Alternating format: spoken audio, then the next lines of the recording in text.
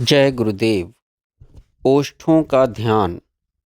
हे सुंदर दांतों वाली भगवती, स्वाभाविक लाल रंग के तेरे होठों की शोभा का सादृश्य करने वाले पदार्थों के नाम कहता हूँ।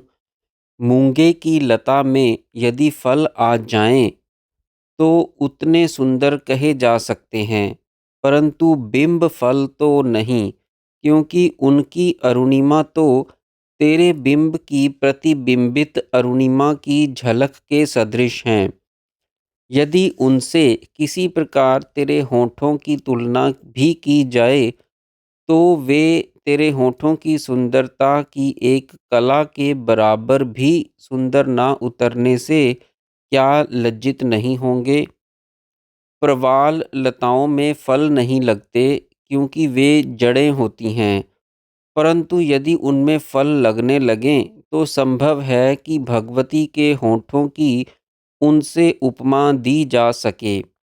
बिंब फल की अरुणिमा तो सामान्य अरुणिमा है, उसे प्रकृति देवी की आंशिक देन ही समझना चाहिए, मानो असली रंग की छाया मात्र हो।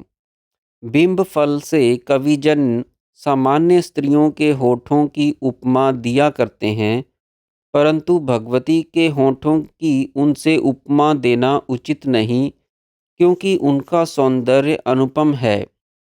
मुस्कान का ध्यान। तेरे चंद्र वदन की मुस्कान रूपी ज्योत्सना चांदनी की प्रचुरता को पीकर अति मधुर होने के कारण चकारों की चंचू अति रसास्वाद से जड़ गई है, अर्थात हट गई है। इसलिए खट्टे रस के इच्छुक चंद्रमा के अमृत की लहरी को कांजी सदृश समझकर प्रति रात्रि खूब स्वच्छंद पीते रहते हैं। भावार्थ यह है कि चांद की चांदनी प्रकृति की मुस्कुराहट की मधुरता के सामने कांजीवत खट्टी है। जिह्वा का ध्यान। हे जननी, बिना थके पति के गुणावाद का बारंबार जप करने वाली जवा कुसुम की द्युति सदृश लाल जिह्वा की जय है, जिसके अग्रभाग पर आसीन स्फटिक पत्थर की सी शुद्ध कांतिमयी सरस्वती की मूर्ति के शरीर का वर्ण माणिक्य सदृश परिणित हो गया है। स्फटिक का धर्म है उस पर निकटस्थ पदार्थ का रंग झलकने लगता है, अर्थात वह स्वयं उसके रंग में रंग जाता है। सरस्वती का निवास जिह्वा के अग्रभाग पर होता है और उसका वर्ण स्फटिकवत स्वच्छ होता है, परंतु जिह्वा के रंग से लाल दिखने लगता है।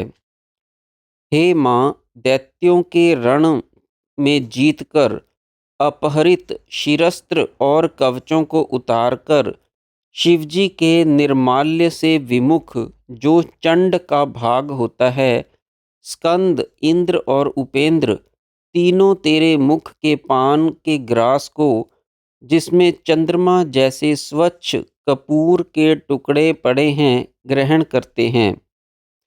जैसे माँ अपने छोटे छोटे बालकों को अपने मुख से निकालकर बड़े प्रेम से आधे चबे पान के टुकड़े खिलाया करती है, वैसे ही भगवती स्कंद, इंद्र और उपेंद्र को, जो उसके बालक हैं, दैत्यों पर जय प्राप्त करने पर प्रसन्न होकर पुरस्कार स्वरूप अपने मुख से निकालकर तांबूल के टुकड़े खिलाती हैं।